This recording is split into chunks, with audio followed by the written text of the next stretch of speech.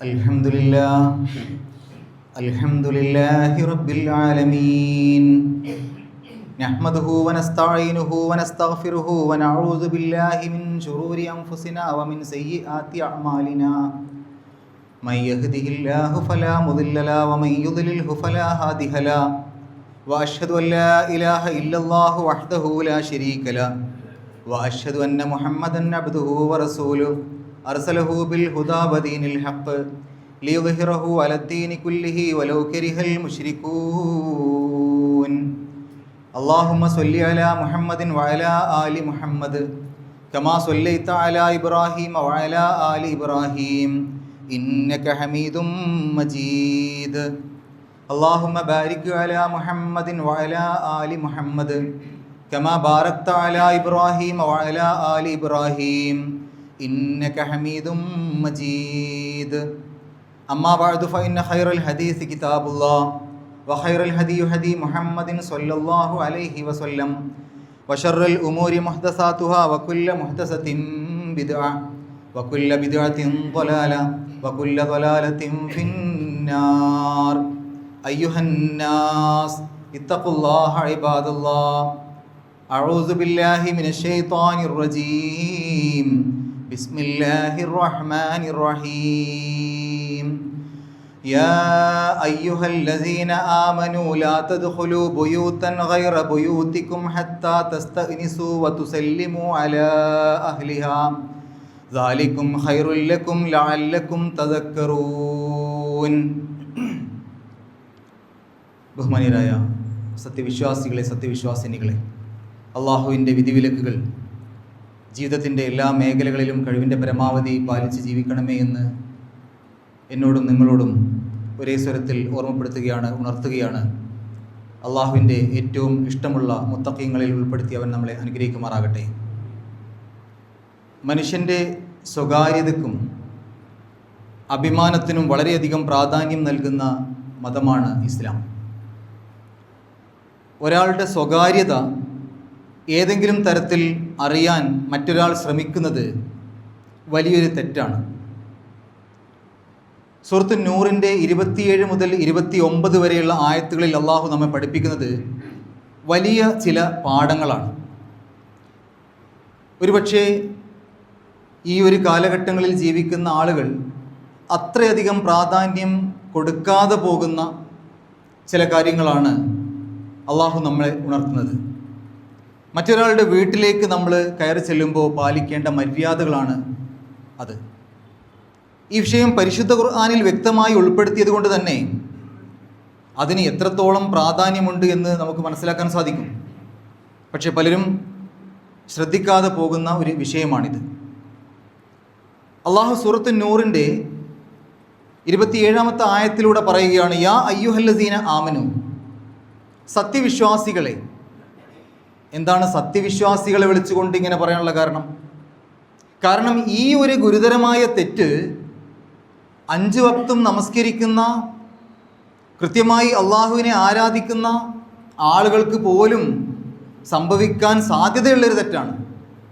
സത്യവിശ്വാസികൾക്ക് പോലും സംഭവിക്കാൻ സാധ്യതയുള്ളൊരു തെറ്റായതുകൊണ്ടാണ് യാ അയ്യുഹല്ലദീന ആമനു എന്ന് വിളിച്ചുകൊണ്ട് സത്യവിശ്വാസികളെ നിങ്ങൾക്കൊരിക്കലും ഇങ്ങനൊരു അബദ്ധം സംഭവിച്ചുകൂടാ എന്ന രൂപത്തിൽ അള്ളാഹു ഉണർത്തുന്നത്. എന്നിട്ട് അള്ളാഹു പറയുകയാണ്, ലാ തദ്ഖുലൂ ബുയൂതൻ ഗൈറ ബുയൂതികും ഹത്താ തസ്തഅനിസൂ വതുസല്ലിമൂ അലാ അഹ്ലിഹാ. നിങ്ങൾ നിങ്ങളുടേതല്ലാത്ത മറ്റൊരാളുടെ വീട്ടിലേക്ക് അനുവാദം ചോദിക്കാതെയും സലാം പറയാതെയും അങ്ങോട്ട് ചെല്ലരുത്. ഒരു വീട്ടിലേക്ക്, നമ്മുടേതല്ലാത്ത മറ്റൊരു വീട്ടിലേക്ക് നമ്മൾ ചെല്ലുമ്പോൾ അനുവാദം ചോദിക്കണം, സലാം പറയണം. ദാലികും ഖൈറുൽ ലക്കും ലഅല്ലക്കും തദക്കറൂൻ. അതാണ് നിങ്ങൾക്ക് ഏറ്റവും ഉത്തമമായിട്ടുള്ളത്. നിങ്ങൾ ഓർമ്മിക്കുന്നവരാകാൻ വേണ്ടി, നിങ്ങൾ ചിന്തിക്കുന്നവരാകാൻ വേണ്ടി, നിങ്ങൾ സ്മരിക്കുന്നവരാകാൻ വേണ്ടി. അപ്പോൾ സമ്മതം ചോദിക്കണം, അനുവാദം ചോദിക്കണം എന്നുള്ളതാണ് ഒരു വിഷയം. സലാം പറയണം അതോടൊപ്പം തന്നെ. ഇവിടെ സലാം പറയൽ തന്നെ അനുവാദം ചോദിക്കലാണ് എന്ന് ചില ആളുകൾക്ക് അഭിപ്രായമുണ്ട്. നമ്മളൊരു വീട്ടിലേക്ക് കയറി ചെല്ലുമ്പോൾ സലാം പറഞ്ഞാൽ അത് തന്നെയാണ് അനുവാദം ചോദിക്കൽ, അപ്പോൾ അതോടുകൂടി അനുവാദം ചോദിക്കലായി എന്ന് ചിലർ അഭിപ്രായപ്പെടുന്നുണ്ട്. എന്നാൽ മറ്റ് ചില ഖുർആൻ വ്യാഖ്യാതാക്കളൊക്കെ ഈ ഒരു ആയത്തിൽ രണ്ടും വേറെ വേറെ പറഞ്ഞല്ലോ. അനുവാദം ചോദിക്കുകയും വേണം, സലാം പറയുകയും വേണം എന്ന് പറഞ്ഞല്ലോ. അതുകൊണ്ട് രണ്ടും വേറെ വേറെ തന്നെ വേണം, അങ്ങനെയും അഭിപ്രായപ്പെട്ടിട്ടുണ്ട്. ഏതായാലും എങ്ങനെയാണ് നമ്മൾ അനുവാദം ചോദിക്കുക? നമ്മൾക്ക് ഈ ഒരു കാലത്ത് അനുവാദം ചോദിക്കാൻ പല മാർഗങ്ങളുണ്ട്. വീടുകളിൽ മിക്കവാറും എല്ലാ വീടുകളിലും കയറി ചെല്ലുമ്പോൾ മുമ്പിൽ തന്നെ ഒരു കോളിംഗ് ഒരു ബെല്ലുണ്ടാവും. അപ്പോൾ ആ ബെല്ല് അടിക്കുക, അവിടെ കാത്തു നിൽക്കുക. അല്ലെങ്കിൽ നമുക്ക് ആ വീട്ടിലേക്ക് ആ വീട്ടുകാരെ പേര് വിളിക്കാം, അല്ലെങ്കിൽ വാതിലിന് മുട്ടുക, അല്ലെങ്കിൽ ശബ്ദമനക്കുക. ഈ ശബ്ദമനക്കുക എന്നൊക്കെ പറയുമ്പോൾ ചില വഴികളൊക്കെ ചില വീടിൻ്റെ ഓരത്തുകൂടെ ആയിരിക്കും, ചില വീടിൻ്റെ പിന്നാമ്പുറങ്ങളിലൂടെയൊക്കെ ആയിരിക്കും മറ്റൊരു വീട്ടിലേക്കുള്ള വഴിയൊക്കെ പലപ്പോഴും ഉണ്ടാവുക. അതുവഴിയൊക്കെ നമ്മൾ പോകുമ്പോൾ ഒന്ന് ശബ്ദമനക്കിയിട്ട് വേണം പോകാൻ. ആ വീട്ടിലുള്ള ആളുകളെ ഒന്ന് അറിയിക്കണം, ഞാൻ ഇതുവഴി പോകുന്നുണ്ട്.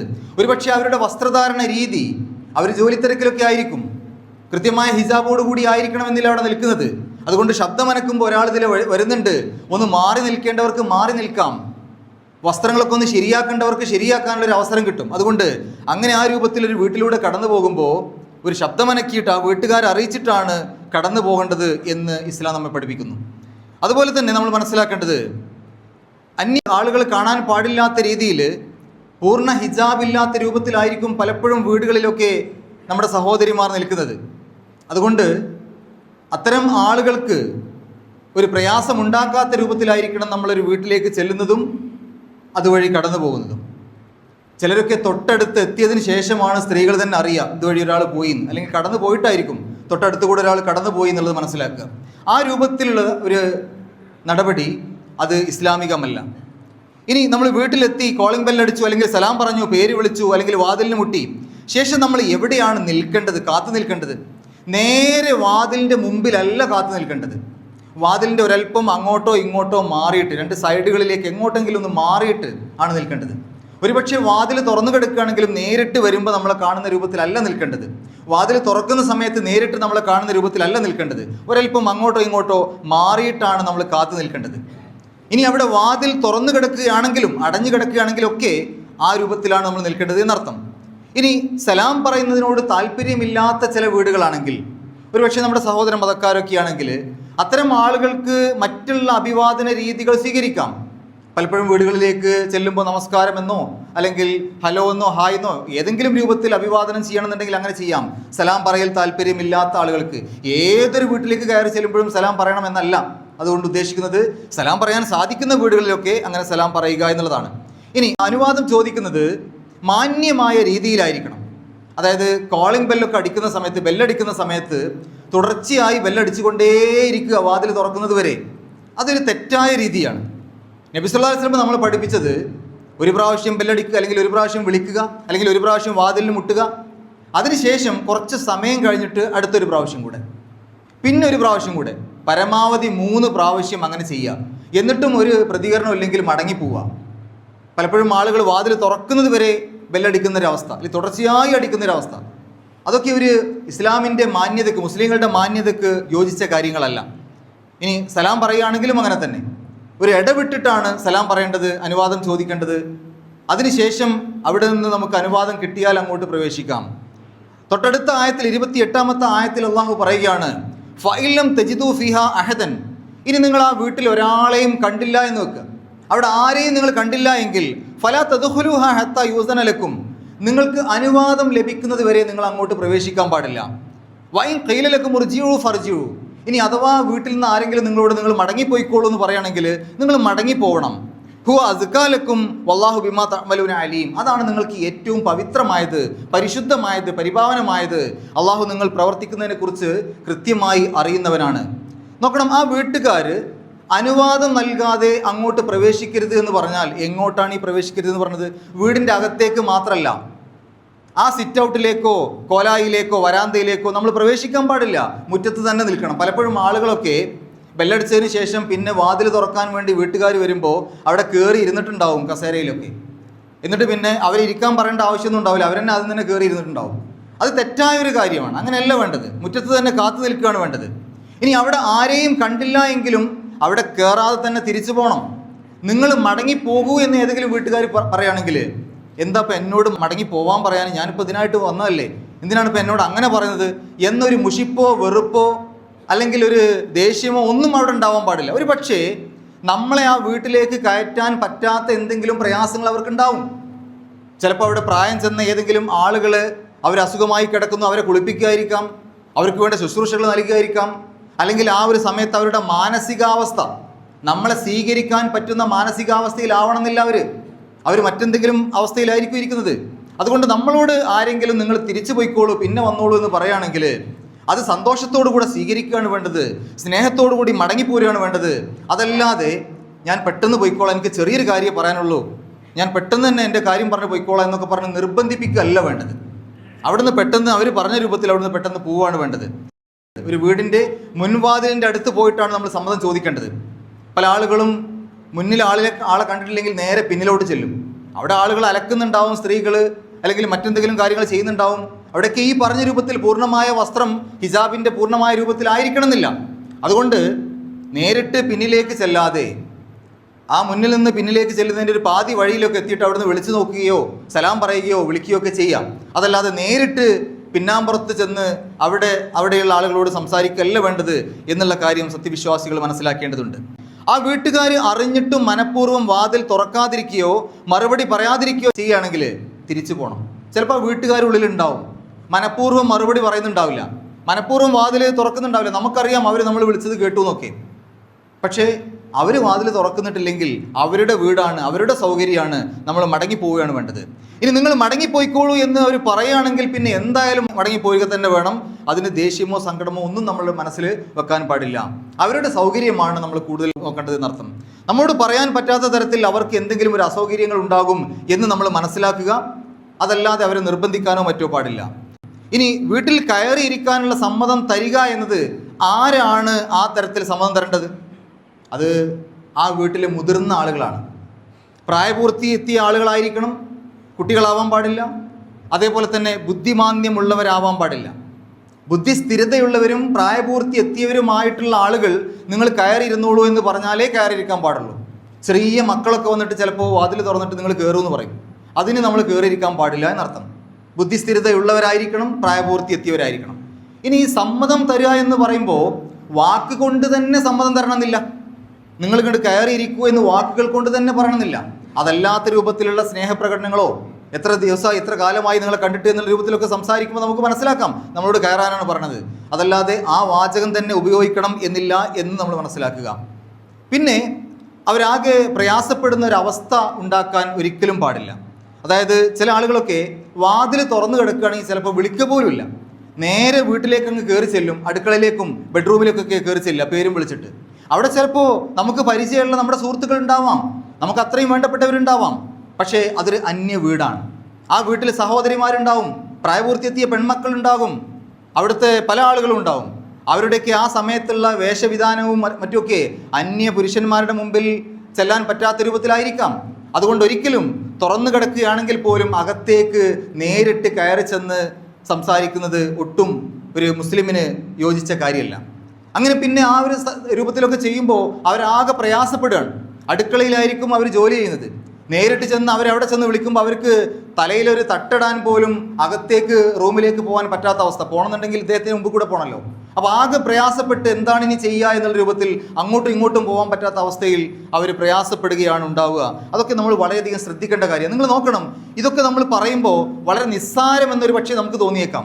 പരിശുദ്ധ ഖുർആനിൽ 3 ആയത്തുകളാണ് ഇതിനു വേണ്ടി ചെലവാക്കിയത്. പരിശുദ്ധ ഖുർആനിൽ അള്ളാഹു നമ്മളെ സൃഷ്ടിച്ച നമ്മുടെ റബ്ബ് പരിശുദ്ധ ഖുർആൻ എന്ന് പറയുന്ന ഏറ്റവും മഹത്തായ ഗ്രന്ഥത്തിൽ 3 ആയത്തുകൾ ഇതിനു വേണ്ടി ചെലവാക്കി. എന്നിട്ട് ആ ആയത്തുകളുടെ തുടക്കം യാ അയ്യുഹല്ലസീന ആമനു, സത്യവിശ്വാസികളെ എന്ന് വിളിച്ചിട്ടാ. എന്താ കാരണം എന്നറിയോ? സത്യവിശ്വാസികൾ പോലും അത്ര ഗൗരവത്തിൽ ഈ വിഷയം കാണുന്നില്ല. അതുകൊണ്ട് തന്നെയാണ് അള്ളാഹു ആ തരത്തിൽ സംസാരിക്കുന്നത്. ഇനി ഇന്നത്തെ കാലത്തൊക്കെ സമ്മതം ചോദിക്കുക എന്നതിന് പ്രധാനപ്പെട്ട തിരക്കുള്ള ആളുകളൊക്കെ ആണെങ്കിൽ അവരോട് സമ്മതം ചോദിക്കുമ്പോൾ ഇപ്പോൾ MLA-മാരും മന്ത്രിമാരും ഒക്കെ ഉണ്ടാവും. അവരോടൊക്കെ അപ്പോയിൻമെൻ്റ് എടുക്കുക, മുൻകൂട്ടി സമ്മതം വാങ്ങുക. ഈ ദിവസം ഈ സമയത്ത് ഞാൻ എത്തിക്കോട്ടെ എന്ന് മുൻകൂട്ടി അവരോട് സമ്മതം വാങ്ങുക, അപ്പോയിൻമെൻ്റ് എടുക്കുക. ആ രൂപത്തിൽ സമ്മതം വാങ്ങലും ആവശ്യമാണ്. ഇനി ഇവിടെ ശ്രദ്ധിക്കേണ്ട മറ്റൊരു കാര്യം, ചേർത്ത് വായിക്കേണ്ട മറ്റൊരു കാര്യം, സ്വന്തം ഉമ്മയുടെ അല്ലെങ്കിൽ ഉപ്പയുടെ ഒക്കെ റൂമിലേക്ക് കയറി ചെല്ലുമ്പോൾ ഒരു പ്രായപൂർത്തിയായ മകൻ അല്ലെങ്കിൽ മകൾക്ക് സമ്മതം ചോദിക്കാതെ കയറി ചെല്ലാൻ പാടില്ല. എൻ്റെ ഉമ്മാൻ്റെ റൂമല്ലേ, എൻ്റെ ഉപ്പാൻ്റെ റൂമല്ലേ എന്ന രൂപത്തിൽ ഒരേ വീട്ടിൽ തന്നെ കഴിയുന്നവരാണെങ്കിലും സ്വന്തം ഉമ്മയുടെയും ഉപ്പയുടെയും റൂമിലേക്ക് പ്രായപൂർത്തിയായ മക്കൾ ആ വാതിൽ അടഞ്ഞു കിടക്കുകയാണെങ്കിൽ നിർബന്ധമായിട്ടും സമ്മതം ചോദിക്കണം. വാതിൽ തുറന്നു കിടക്കുകയാണെങ്കിൽ നമ്മൾ ചെല്ലുന്നത് അവരിങ്ങനെ കണ്ടുകൊണ്ടിരിക്കുകയാണെങ്കിൽ പ്രശ്നമില്ല. അല്ലാത്തിടത്തോളം അവരോട് സമ്മതം ചോദിച്ചിട്ടാണ് റൂമിലേക്ക് കയറേണ്ടത്. നേരെ തിരിച്ചും പ്രായപൂർത്തിയായ മക്കളുടെ റൂമിലേക്ക് ഉമ്മയും ഉപ്പയും കയറുമ്പോൾ എൻ്റെ മകനാണ് എൻ്റെ മകളാണെന്ന് പറഞ്ഞിട്ട് കാര്യമില്ല. പ്രായപൂർത്തിയായ മക്കളുടെ റൂമിലേക്ക് ഉമ്മയും ഉപ്പയും കയറി ചെല്ലുമ്പോൾ ആ സമ്മതം ചോദിച്ചിട്ടേ ചെല്ലാൻ പാടുള്ളൂ. വാതിൽ അടഞ്ഞു കിടക്കുകയാണെങ്കിൽ നിർബന്ധമായും സമ്മതം ചോദിക്കണം. അല്ലാത്തിടത്തോളം നേരത്തെ പറഞ്ഞ പോലെ കണ്ടുകൊണ്ടിരിക്കുകയാണെങ്കിൽ ആ രൂപത്തിൽ കയറി ചെല്ലാം. അപ്പോൾ ഈ ഒരു കാര്യം പലപ്പോഴും ഒരു വീടിൻ്റെ ഉള്ളിലൊക്കെ ശ്രദ്ധിക്കാതെ പോകുന്ന കാര്യങ്ങളാണ്. വളർന്നു വരുന്ന ചെറിയ മക്കളെ നമ്മൾ ആ രൂപത്തിൽ ശീലാക്കണം. ഉപ്പയുടെയും ഉമ്മയുടെയൊക്കെ റൂമിലേക്ക് കയറി ചെല്ലുമ്പോൾ സമ്മതം ചോദിച്ചിട്ട് വാതിലിന് മുട്ടിയിട്ട് കയറി വാ മോനെ എന്നുള്ള രൂപത്തിൽ അവരെ പറഞ്ഞ് അത് ശീലമാക്കി കൊടുക്കുകയാണ് വേണ്ടത്. ഇനി ഒരു കൂട്ടുകുടുംബങ്ങളായി താമസിക്കുന്ന സമയത്ത് പലപ്പോഴും സഹോദരങ്ങൾ ഒരേ വീട്ടിൽ തന്നെ സഹോദരങ്ങൾ പല പല റൂമിലുണ്ടാവാം.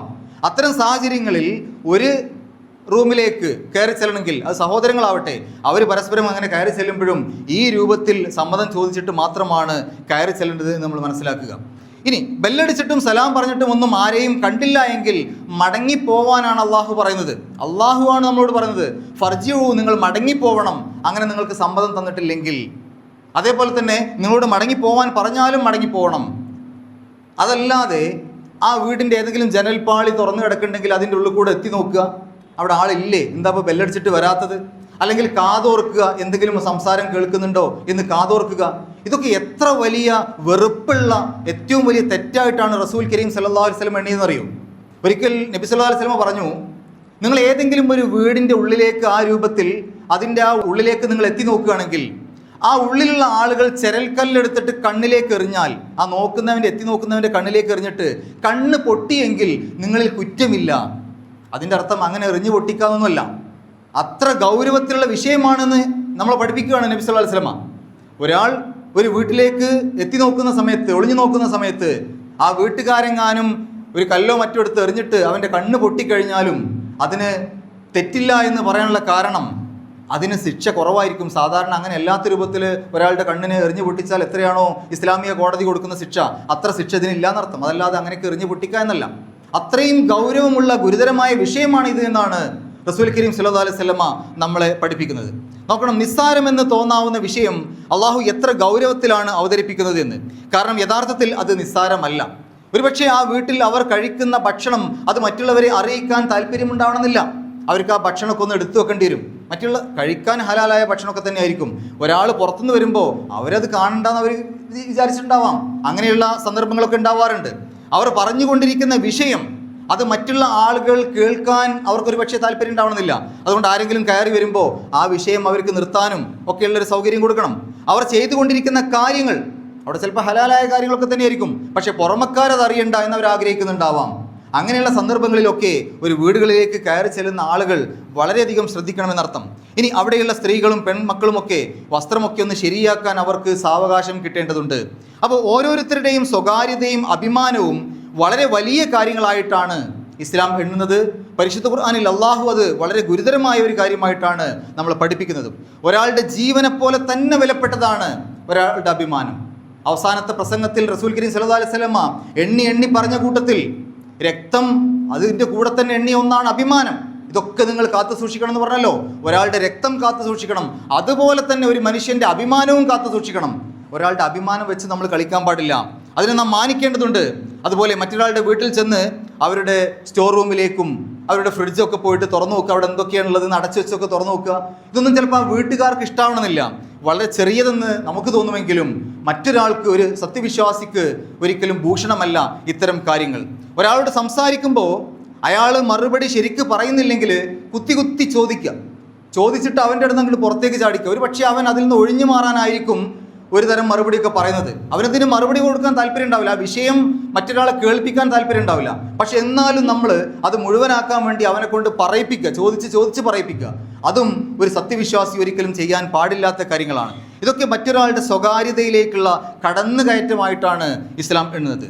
ഇന്നത്തെ കാലത്ത് നാം ചേർത്ത് മനസ്സിലാക്കേണ്ട മറ്റൊരു വളരെ പ്രധാനപ്പെട്ട കാര്യം, ഒരാളുടെ സ്വകാര്യത എന്ന് പറയുമ്പോൾ അയാളുടെ മൊബൈൽ ഫോൺ, അയാളുടെ കമ്പ്യൂട്ടർ, അയാളുടെ കത്തുകൾ, അയാളുടെ ഡയറി, ഇതൊക്കെ അയാളുടെ സ്വകാര്യതകളാണ്. അതിലൊക്കെ ഒരു പക്ഷേ അയാളുടെ സ്വകാര്യതകൾ വേണമെങ്കിൽ സൂക്ഷിക്കാൻ പറ്റുന്ന സാധനങ്ങളാണ്. അതുകൊണ്ട് ഇവയൊന്നും അവരുടെ സമ്മതമില്ലാതെ, അതിൻ്റെ ഉടമസ്ഥൻ്റെ സമ്മതമില്ലാതെ ഒരു കാരണവശാലും ഇതൊന്നും നമ്മൾ പരിശോധിക്കാനോ നോക്കാനോ പാടില്ല. വളർന്നു വരുന്ന മക്കളുടെ മൊബൈലും കമ്പ്യൂട്ടറൊക്കെ മാതാപിതാക്കൾക്ക് പരിശോധിക്കാം, അതിൽ തെറ്റില്ല. കാരണം അത് അവരെ അച്ചടക്കത്തോടു കൂടി വളർത്തിക്കൊണ്ടുവരേണ്ട കടമകളിലും ബാധ്യതകളിലും പെട്ടതാണ്. ആ ഒരു രൂപത്തിൽ മക്കളുടെ മൊബൈൽ ഫോണാണെങ്കിലും കമ്പ്യൂട്ടർ ആണെങ്കിലും ഒക്കെ രക്ഷിതാക്കൾക്ക് പരിശോധിക്കാം. അതല്ലാത്ത തരത്തിൽ മറ്റുള്ള ആളുകളുടെ ആരുടെയും ഇത്തരം സ്വകാര്യത ഒളിപ്പിച്ചു വെക്കാൻ സാധ്യതയുള്ള ഒന്നും തന്നെ നമ്മൾ പരിശോധിക്കാൻ പാടില്ല എന്നർത്ഥം.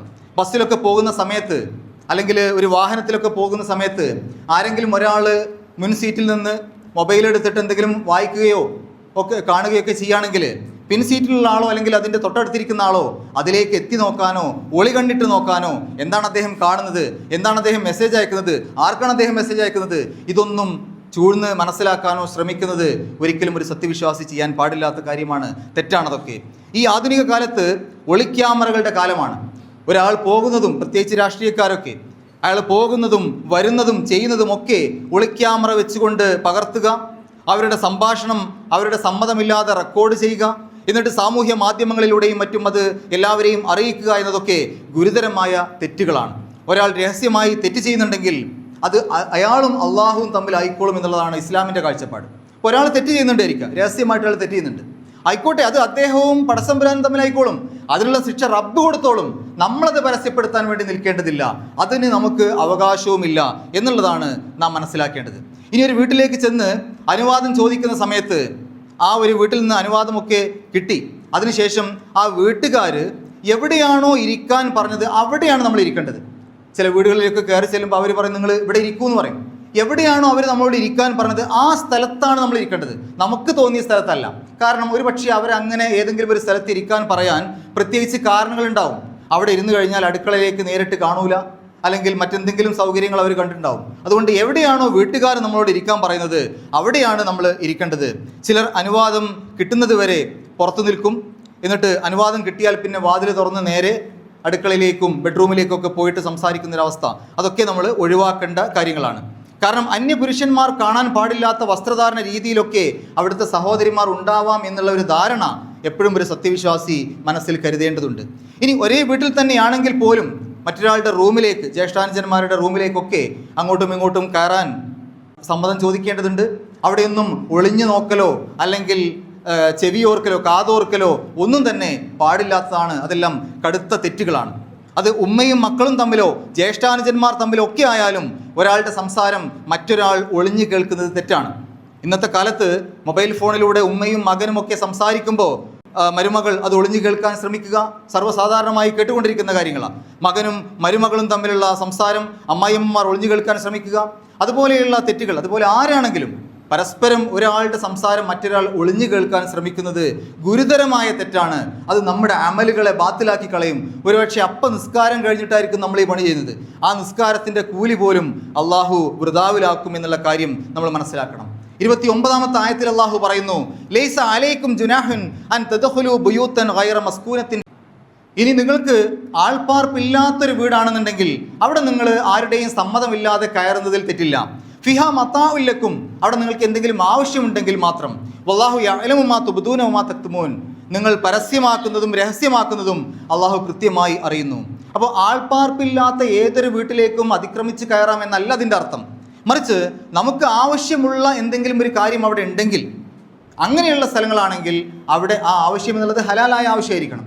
അത്തരം ആവശ്യങ്ങളുള്ളൊരു കാര്യം ആണെങ്കിൽ, അവിടെ ആൾപ്പാർപ്പില്ലാത്തൊരു വീടാണെങ്കിൽ അവിടെ പിന്നെ സമ്മതം തരാൻ ആരുമില്ല, അവിടെ നമുക്ക് നേരിട്ട് കയറി ചെല്ലാം.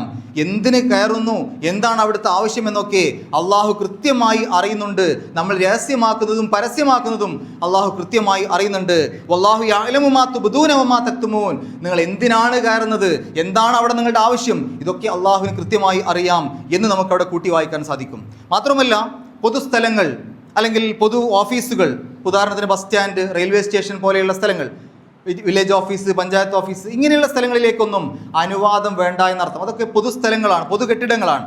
അവിടേക്ക് നമുക്ക് ആരുടെയും അനുവാദമില്ലാതെ കയറി ചെല്ലാം. പക്ഷേ അതിനകത്തൊരു ഓഫീസ് ഉണ്ടെങ്കിൽ, അവിടെ ഒരു ഓഫീസർ ഉണ്ടെങ്കിൽ അദ്ദേഹത്തിൻ്റെ റൂമിലേക്ക് കയറി ചെല്ലുമ്പോൾ അനുവാദം ചോദിച്ചിട്ടാണ് കയറി ചെല്ലേണ്ടത് എന്ന് മാത്രമല്ല, അത്തരം സ്ഥലങ്ങളിലൊക്കെ സെക്യൂരിറ്റിക്കാരുണ്ടെങ്കിൽ ആ സെക്യൂരിറ്റിക്കാർ പറയുന്നതാണ്, ആ നിർദ്ദേശങ്ങളാണ് നമ്മൾ പാലിക്കേണ്ടത്. അതാണ് അവിടുത്തെ നിയമങ്ങൾ. ആ നിയമങ്ങൾ പാലിക്കാൻ ഇതിലൂടെ പോകണം, എവിടെ വണ്ടി പാർക്ക് ചെയ്യണം, ഏതൊക്കെ തരത്തിലാണോ നിർദ്ദേശങ്ങൾ അവർ തരുന്നത് ആ നിർദ്ദേശങ്ങൾ പാലിക്കാൻ നമ്മൾ ബാധ്യസ്ഥരാണ്. അപ്പോൾ ഇസ്ലാം മുന്നോട്ട് വെക്കുന്ന സുന്ദരമായ സാമൂഹ്യ മര്യാദകളാണ് ഈ പറഞ്ഞതൊക്കെ. അതുകൊണ്ട് ഒരു വീട്ടിലേക്ക്, അന്യ വീട്ടിലേക്ക്, നമ്മളുടേതല്ലാത്ത വീട്ടിലേക്ക്, ചില സ്വഹാബിമാർ സ്വന്തം വീടുകളിലേക്ക് ചെല്ലുമ്പോൾ പോലും ആ വീട്ടിലേക്ക് കയറുന്നതിന് മുമ്പ് ശബ്ദമനക്കിയിട്ടാണ് സ്വന്തം വീട്ടിലേക്ക് പോലും കയറുന്നത് എന്ന് കാണാൻ സാധിക്കും. അപ്പോൾ ഒരു അന്യ വീട്ടിലേക്ക് നമ്മൾ ചെല്ലുമ്പോൾ കൃത്യമായ മര്യാദ പാലിച്ചുകൊണ്ടാണ് ആ വീടിനകത്തേക്ക് കയറേണ്ടത്. ആ വീട്ടിൽ നമ്മുടെ വീടല്ല, അവരുടെ സ്വകാര്യതക്കാണ് ഒന്നാം സ്ഥാനം കൊടുക്കേണ്ടത്. ആ രൂപത്തിൽ സ്വകാര്യതയ്ക്ക് ഒന്നാം സ്ഥാനം കൊടുത്ത് അവരുടെ അഭിമാനം കാത്തു സൂക്ഷിക്കുന്ന അത്തരം ആളുകളുടെ ആരാധനാ കർമ്മങ്ങളെ അള്ളാഹുവിന് ഇഷ്ടമാവുകയുള്ളൂ എന്നുള്ള കാര്യം നമ്മൾ മനസ്സിലാക്കുക. ആ രൂപത്തിൽ ജീവിക്കുന്ന സത്യവിശ്വാസികളിൽ അള്ളാഹു നമ്മളെല്ലാവരെയും ഉൾപ്പെടുത്തി അനുഗ്രഹിക്കുമാറാകട്ടെ. അൽഹംദുലില്ലാഹ് വസ്സലാത്തു വസ്സലാമു അലാ റസൂലില്ലാഹി വഅലാ ആലിഹി വസഹ്ബിഹി അജ്മഈൻ, അമ്മാ ബഅദ്. സത്യവിശ്വാസികളെ, സത്യവിശ്വാസിനികളെ, അള്ളാഹുവിനെ സൂക്ഷിച്ച് ജീവിക്കണമേ എന്ന് ഒരിക്കൽ കൂടി ഓർമ്മപ്പെടുത്തുകയാണ്, ഉണർത്തുകയാണ്. മറ്റൊരാളുടെ സ്വകാര്യതയ്ക്കും അഭിമാനത്തിനും എത്രത്തോളം ഇസ്ലാം സ്ഥാനം നൽകുന്നു എന്ന് നമ്മൾ മനസ്സിലാക്കി. എന്നാൽ ലോകാടിസ്ഥാനത്തിൽ തന്നെ ഇസ്ലാം എന്ന മതത്തിന് ക്ഷതമേൽപ്പിക്കുവാനും മുസ്ലിങ്ങളെ നശിപ്പിക്കുവാനും പലപ്പോഴും വർഗീയ ശക്തികൾ, വർഗീയ രാഷ്ട്രങ്ങൾ ശ്രമിച്ചിട്ടുണ്ട്. ഇസ്രായേലിൻ്റെ ഭരണാധിപർ ഈ രീതിയിൽ വംശീയമായി ഫലസ്തീനെ നശിപ്പിക്കുവാനും ക്രൂരമായി ആക്രമിക്കുവാനും തുടങ്ങിയിട്ട് കാലമേറെയായി. പിഞ്ചു കുഞ്ഞുങ്ങൾ, സ്ത്രീകൾ എന്ന് തുടങ്ങി ഒരുപാട് സാധാരണക്കാർ, നിരപരാധികൾ എത്രയോ കൊല്ലങ്ങളായിട്ട് കൊല ചെയ്യപ്പെടുകയാണ്. ഇപ്പോൾ ആ രാഷ്ട്രം ഇറാനെതിരെയും ആക്രമണം തുടങ്ങിയിട്ടുണ്ട്. ഇറാൻ തിരിച്ചടിച്ചുകൊണ്ടിരിക്കുന്നുണ്ട്. പക്ഷേ ഇവിടെയൊക്കെ സംഭവിക്കുന്നത് കുറേ നിരപരാധികൾ, കുറേ പിഞ്ചു കുഞ്ഞുങ്ങൾ, കുറേ സ്ത്രീകൾ, ഒരുപാട് ആളുകൾ ക്രൂരമായി വധിക്കപ്പെടുകയാണ്, വെന്തുരുകുകയാണ്, അക്ഷരാർത്ഥത്തിൽ തീയിൽപ്പെട്ട് വെന്ത് മരിക്കുകയാണ്. ഇസ്രായേലിലും അമേരിക്കയിലും ബ്രിട്ടനിലുമൊക്കെ ഇത്തരം രാജ്യങ്ങളുടെ ഭരണകർത്താക്കൾ നടത്തിക്കൊണ്ടിരിക്കുന്ന ഈ ക്രൂരമായ കാര്യത്തെ എതിർക്കുന്ന ഒരുപാട് ആളുകളുണ്ട്. ഇസ്രായേലിൽ ഉള്ള ആളുകൾ മുഴുവൻ ഇസ്രായേലിനെ അംഗീകരിക്കുന്നവരല്ല. അവരുടെ ഭരണാധിപന്മാരെ കൃത്യമായി എതിർക്കുകയും അതിനെതിരെ പ്രക്ഷോഭം നടത്തിക്കൊണ്ടിരിക്കുകയും ചെയ്യുന്ന നല്ലവരായ ഒരുപാട് ആളുകൾ ആ രാജ്യത്തുണ്ട്. ഒരു യുദ്ധം വരുന്ന സമയത്ത് എല്ലാ ആളുകൾക്കും പ്രയാസമാണ്.